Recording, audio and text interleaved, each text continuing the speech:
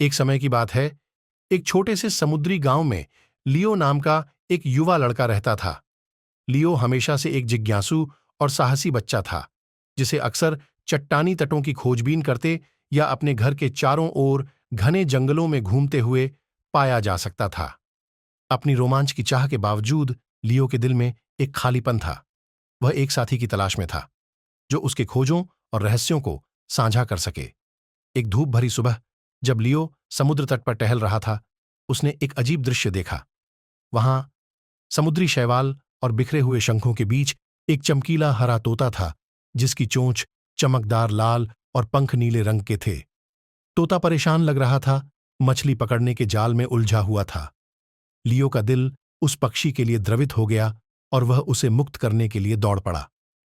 चिंता मत करो छोटे दोस्त, लियो ने धीरे से फुसफुसाते हुए कहा, जबकि वह सावधानीपूर्वक जाल को खोल रहा था।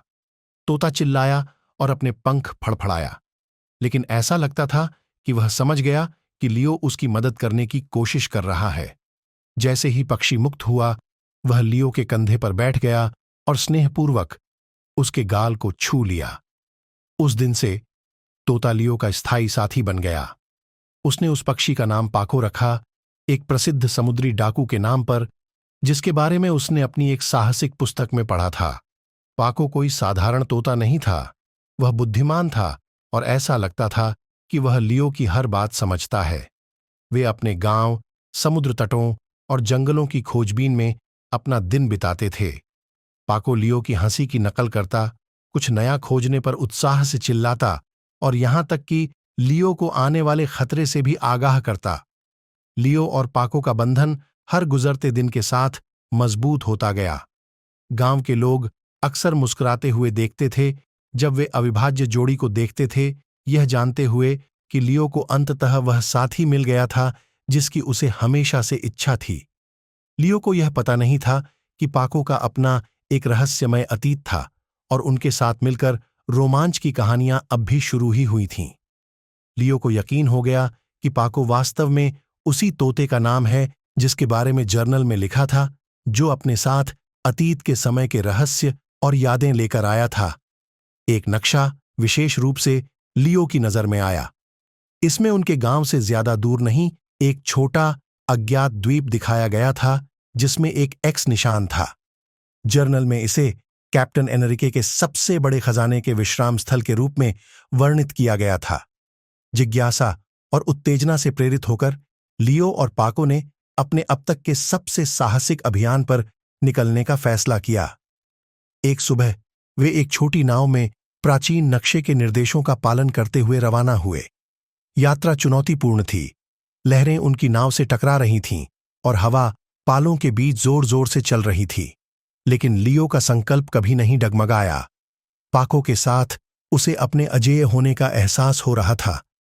घंटों तक खतरनाक पानी में नौकायन करने के बाद वे आखिरकार द्वीप पर पहुंच गए।